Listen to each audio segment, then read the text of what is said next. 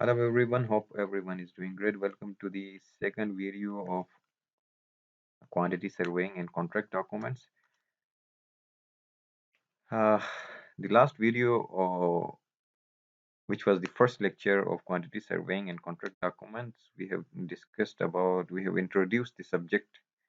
So हम लोगों ने हमारा जो टॉपिक है, हमारा सब्जेक्ट है contract documents and quantity surveying, उसकी हमने इंट्रोडक्शन की हुई थी फर्स्ट लेक्चर में।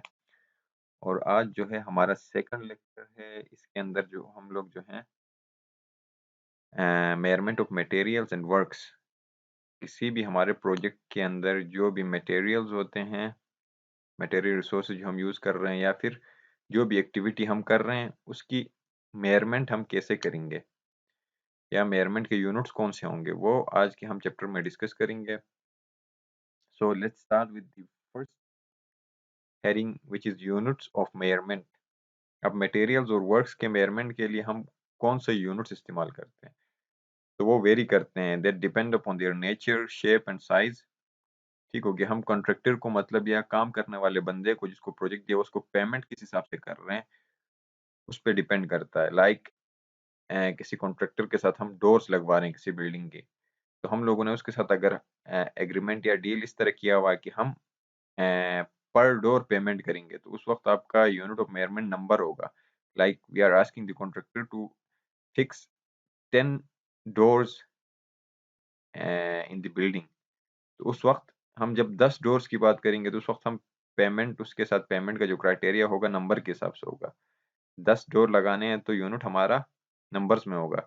इन another case if we are asking the contractor to fix the doors by letting him know about the dimensions of the panel या dimensions of the door, हम बता रहे हैं कि रनिंग फीट में पैनल का हम बता रहे हैं या फिर स्क्वायर फीट में हम डोर के साइज का बता रहे हैं किस हिसाब से लगाना, तो उस वक्त यूनिट आपका रनिंग फीट में होगा या फिर स्क्वायर मीटर में होगा। तो वो डिपेंड करता है, आपकी जो मेजरमेंट के यूनिट्स होते हैं they depend upon the nature, shape and size of the item. So some of the principles of units of measurement normally consist of, कुछ प्रिंसिपल्स हैं जो यूनिट्स ऑफ मेजरमेंट के लिए हम लोग कंसिडर करते हैं, तो वो इस लिस्ट में आपको शो होंगी। फर्स्ट इज लाइक, ये बेसिक चीजें हैं कि आप सिंगल यूनिट वर्क, अगर आपका कोई आइटम है, लाइक एग्जांपल आप डोर्स हैं, विंडोज हैं, ट्रसेस हैं, तो उनको हम क्या करते हैं, we express them in numbers, right. हम नंबर्स में उनको एक्सप्रेस कर रहे होते हैं। ठीक हो गया। Second thing is works consist linear measurement, ऐसे एक्टिविटीज या ऐसे काम आपके प्रोजेक्ट के अंदर जिनकी मेजरमेंट आप लीनियर वन डायमेंशन में करते हैं। ठीक हो गया। 1, 2 और 3 डायमेंशन हमारे पास होती हैं। 1 डायमेंशन आपका लीनियर मेजरमेंट होता है, 2 डायमेंशनल आपका एरियल मेजरमेंट होता है जिसमें आप एरिया की मेजरमेंट करते हैं, और क्यूबिकल मेजरमेंट में आप 3 डायमेंशंस को मेजर करते हैं जिसमें आप वॉल्यूम निकालते हैं। तो आपके किसी भी प्रोजेक्ट के ऊपर जो भी वर्क्स या एक्टिविटीज हैं जिनकी आप लीनियर मेजरमेंट्स करते हैं, उनको हम क्या करते हैं, we use to express them in RM. RM means running metres, हम रनिंग मीटर में उसको एक्सप्रेस करते हैं। एंड द थर्ड इज, अगर आपका एरियल सरफेस मेजरमेंट है, फॉर एग्जांपल आप प्लास्टरिंग कर रहे हैं, वाइट वॉशिंग कर रहे हैं, ठीक हो गया, पार्टीशन ऑफ स्पेसिफाइड थिकनेसेस, तो उस केस में हम लोग unit of our measurements will be square metres, right. And the fourth thing is, अगर हमारा एक्टिविटी या कोई वर्क आइटम हमारे प्रोजेक्ट के ऊपर जिसकी हम 3 डायमेंशनल मेजरमेंट करते हैं, there is cubical contents. Example क्या है हमारे, जैसे अर्थ वर्क कर रहे हैं, हम एक्सक्यूवेशन कर रहे हैं फाउंडेशन के लिए, या फिर कंक्रीट वर्क, सीमेंट वर्क कर रहे हैं, या फिर मशीनरी वर्क कर रहे हैं, तो हम उसको क्यूबिक मीटर में एक्सप्रेस करेंगे। ठीक हो गया। तो ये हमारे पास डिफरेंट यूनिट ऑफ मेजरमेंट्स हैं किसी भी प्रोजेक्ट के ऊपर जिनको हम कंसिडर करते हैं। तो इस टेबल में भी शो किया गया है। ये table it is based on the IS 1200 Indian standards जो हैं, उसके 1200 कोड है ये। उसमें जो रिवाइज्ड वर्जन है उसमें डिफरेंट आइटम्स के डिफरेंट यूनिट ऑफ मेजरमेंट्स बताए हैं और यूनिट ऑफ पेमेंट बताया गया है। जैसे अर्थ वर्क आपका होता है, एक्सक्यूवेशन कर रहे हैं, चाहे आप फिलिंग कर रहे हैं, ठीक हो गया, ट्रेंचेस में फिलिंग कर रहे हैं, प्लिंथ में फिलिंग कर रहे हैं, तो वो हम हमेशा क्यूबिक मीटर में लेंगे। Got it? जैसे कंक्रीट वर्क है, कंक्रीट वर्क को भी हम हमेशा क्यूबिक मीटर में ही लेते हैं। Either that is lime concrete in foundation हो, आपका सीमेंट कंक्रीट इन लेंटल्स हो, आरसीसी इन स्लेब या आरसीसी इन छज्जा, सनशेड्स, जहाँ पे भी आपका कंक्रीट वर्क होगा हम उसको क्यूबिक मीटर लेते हैं। इन केस आपका जो रूफिंग टेरेसिंग जो हम करते हैं, जिसमें आप कंक्रीट कर रहे होते हो और उसकी थिकनेस स्पेसिफाइड हो, तो उस केस में हम लोग स्क्वायर मीटर में, उसका यूनिट ऑफ मेजरमेंट हम स्क्वायर मीटर्स में लेते हैं। ठीक हो गया। इसी तरह ये लिस्ट पूरा बना हुआ है जिसके अंदर डिफरेंट आइटम्स का जिक्र किया गया है। जैसे डैम प्रूफिंग आप करते हैं, डीपीसी करते हैं, तो वो हम स्क्वायर मीटर्स में लेते हैं। ब्रिक वर्क आप करते हैं, क्यूबिक मीटर में कर रहे होते हैं। ब्रिक वर्क जितना भी आपको होता है, there is in foundations, there is in plinth, या फिर आप सुपर स्ट्रक्चर में कर रहे हैं, या थिन पार्टीशन वॉल्स का हो, या फिर आर्चेस वगैरह में आप ब्रिक वर्क कर रहे हैं, या फिर रिइंफोर्स ब्रिक वर्क हो, तो ब्रिक वर्क आप हमेशा क्यूबिक मीटर में लेंगे। इसी तरह स्टोन वर्क भी आप क्यूबिक मीटर में लेंगे। अब वुड वर्क जो है उसमें आपका डोर, सैंड विंडोज फ्रेम्स और चौकार्ड्स, राफ्टर बीम्स, ये क्यूबिक मीटर में आपके होंगे। आपके शटर्स ऑफ डोर्स, डोर्स के जो शटर्स होंगे वो आपके स्क्वायर मीटर में होंगे, शटर्स या panels. Doors and Windows fitting, अब फिटिंग जो होती है आप उसको नंबर्स में करते हो। ठीक हो गया। किसी भी कॉन्ट्रैक्टर को आप बोल देते हो कि आपने डोर की फिटिंग करनी है, वो नंबर्स में आपका होगा। सिमिलरली स्टील वर्क आपका क्विंटल में होगा, क्विंटल में। ठीक हो गया। या कुछ जगहों में पाउंड में भी आई गेस कंसिडर करते हैं। और आयरन ग्रिल्स अगर आप लगा रहे हैं तो वो आपका स्क्वायर मीटर के हिसाब से उसका यूनिट ऑफ मेजरमेंट होगा। और रूफिंग जैसे है, रूफिंग में अगर आप RCC and RB slab roofing कर रहे हैं एक्सक्लूडिंग स्टील, तो आप क्यूबिक मीटर में करेंगे। और roof over and inclusive of tiles और ब्रिक और stone slab etc thickness specified, उसमें स्क्वायर मीटर में करेंगे। Centering and shuttering form work square metre में होगा। आपका एसी शीट रूफिंग हो गया, वो स्क्वायर मीटर में होगा।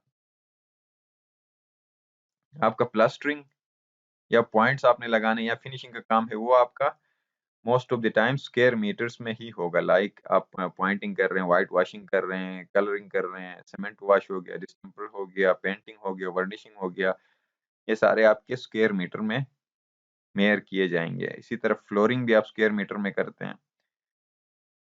And then rain water pipes या प्लेन पाइप्स, पाइप्स वगैरह सैनिटरी सिस्टम की जो आप फिटिंग कर रहे होते हैं, उसमें पाइप्स की जो इंक्लूजन होती है वो हम रनिंग मीटर में करते हैं। ठीक हो गया। ये हमारा लीनियर मेजरमेंट है, वन डायमेंशनल मेजरमेंट है, तो हम उसको हम रनिंग मीटर में करेंगे। स्टील वुडन ट्रसेस, ट्रसेस का हमने पहले भी जिक्र किया था कि हम लोग नंबर्स में इसकी मेजरमेंट लेते हैं। और ग्लास पैनलिंग में दो है। ग्लास पैनलिंग अगर आप सप्लाई करवा रहे हैं, सप्लाई मंगवा रहे हैं किसी से, तो उसको आप स्क्वायर मीटर में मेजरमेंट करके कंसिडर करेंगे। अगर आप फिक्सिंग करवा रहे हैं, ग्लास पैनल्स की फिक्सिंग या क्लीनिंग करवा रहे हैं, तो उसको हम नंबर्स में कंसिडर करेंगे। Got it? तो कहने का मतलब ये है कि आपके प्रोजेक्ट के अंदर डिफरेंट आइटम्स होते हैं, हर एक्टिविटी के अंदर डिफरेंट आइटम्स होते हैं, और आइटम की जो है वो डिपेंड करता है, उसके यूनिट ऑफ मेजरमेंट कौन सा लेना है, वो डिपेंड करता है कि आपका आइटम किस तरह का है, आपका नेचर ऑफ वर्क किस तरह का है।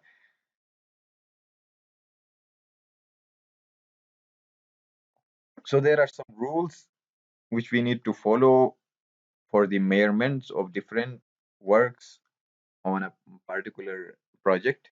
So the rules for measurement of each item are invariably described in IS Indian Standard, जैसे हमने ऊपर जिक्र किया, वो भी इंडियन स्टैंडर्ड 1200 के अंदर ही डिस्क्राइब किए गए रूल्स हैं।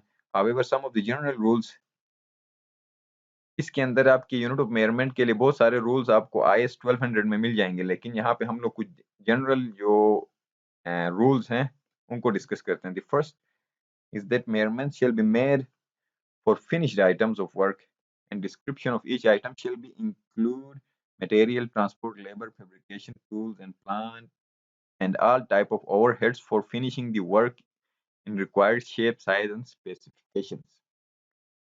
तो इसमें कहने का ये मतलब ये है कि आप मेजरमेंट हमेशा उस वक्त लें किसी भी आइटम का जब वो फिनिश हो जाए।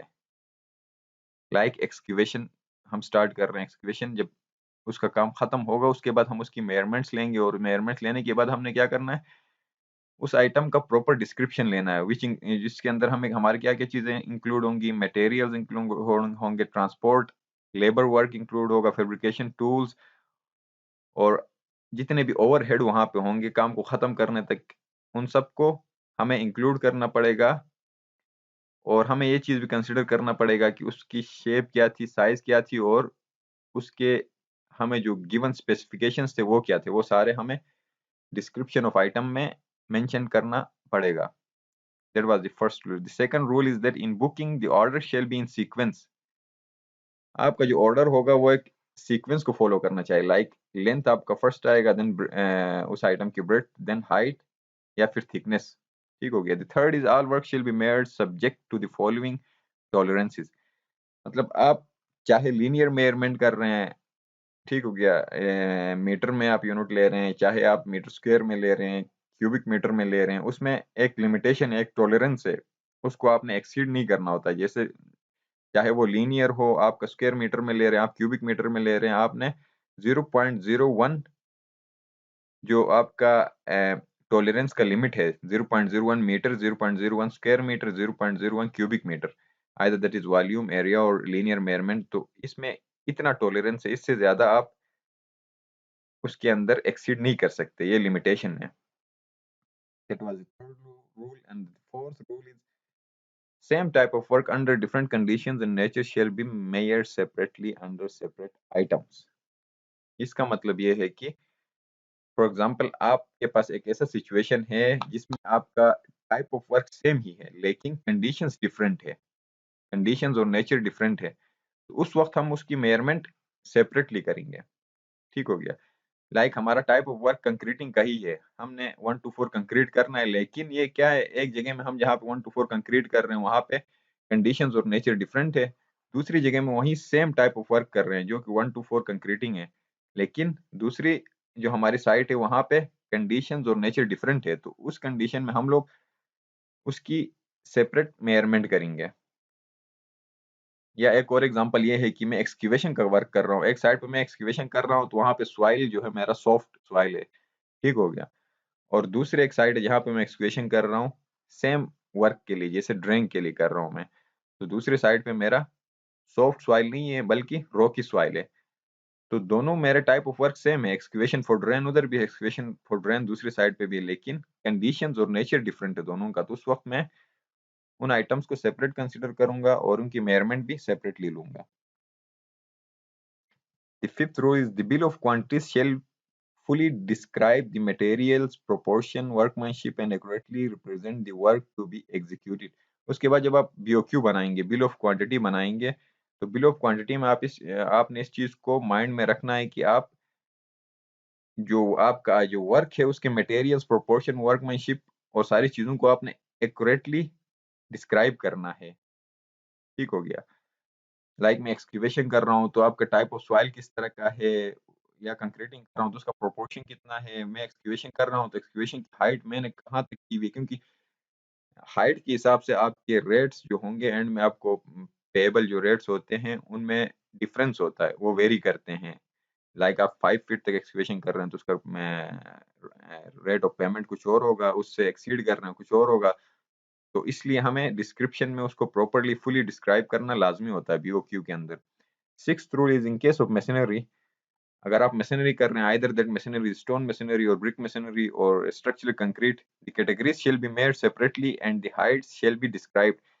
लाइक आप एक बिल्डिंग बना रहे हैं, ठीक हो गया, तो उसमें क्या कर रहे हैं, फॉर एग्जांपल मैं ब्रिक मशीनरी कर रहा हूँ, तो ब्रिक मशीनरी का फाउंडेशन का मैं अलग बताऊंगा कि फाउंडेशन प्लिंथ लेवल तक मेरा अलग है, इतनी क्वांटिटी है ब्रिक मशीनरी की, उसके बाद प्लिंथ लेवल से फर्स्ट फ्लोर तक कितनी है, फर्स्ट फ्लोर से सेकंड फ्लोर तक कितनी है एंड सो ऑन।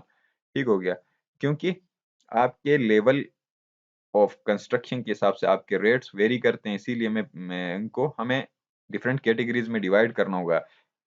क्यों, हालांकि ये एक ही वर्क है जैसे मशीनरी का काम है, लेकिन आपने प्लिंथ लेवल तक उसको अलग रखना है फाउंडेशन एरिया में, उसके बाद आप जब सुपर स्ट्रक्चर में आएंगे आपने उसको अलग कंसिडर करना है, अलग आइटम कंसिडर करना है।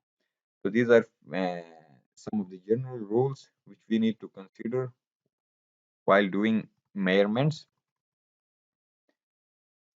तो अब ये क्या है कि आप ये सारे क्वांटिटीज कैसे निकालेंगे, इसके लिए हमारे पास डिफरेंट मेथड्स हैं, methods of taking out quantities. अब किसी भी प्रोजेक्ट की क्वांटिटीज निकालने के लिए या मोर स्पेसिफिकली आप बिल्डिंग की क्वांटिटीज निकालने के लिए either like earth work, foundation concrete, brick work, clustering, ये सारी चीजें आपको निकालने के लिए, टाइलिंग का काम हो गया, व्हाइट वॉशिंग, ये सारे निकालने के लिए हमारे पास मेथड्स हैं। जो 3 हमारे बेसिक मेथड्स हैं इनमें इंक्लूडेड है, the first one is long wall short wall method, second one is center line method, and third one is partly center line and short wall method। ठीक हो गया। तो हमारे पास 3 मेथड्स हैं। हम लोग जो हैं long wall, short wall method and centre line method को हम फोकस करेंगे, और थर्ड जो मेथड है उसके साथ हमारा फिलहाल कोई रिलेशन नहीं है। तो आज के जो सेकंड लेक्चर है इसको हम यहाँ पे कंक्लूड करते हैं, और कमिंग जो थर्ड हमारा वीडियो होगा, लेक्चर होगा, उसके अंदर हम long wall short wall method को प्रॉपरली डिस्कस करेंगे और एक एग्जांपल के थ्रू करेंगे। एंड देन फोर्थ जो हमारा लेक्चर होगा उसमें हम सेंटर लाइन मेथड को डिस्क्राइब करेंगे। जब हम डिटेल्ड एस्टिमेशन करेंगे इन दोनों मेथड्स को यूज करके, उसके बाद हम जो हमारा फिफ्थ वीडियो होगा उसके अंदर हम उसी सेम प्रोजेक्ट या हम जो जिस एग्जांपल को लेंगे उसका एब्स्ट्रैक्ट बनाएंगे।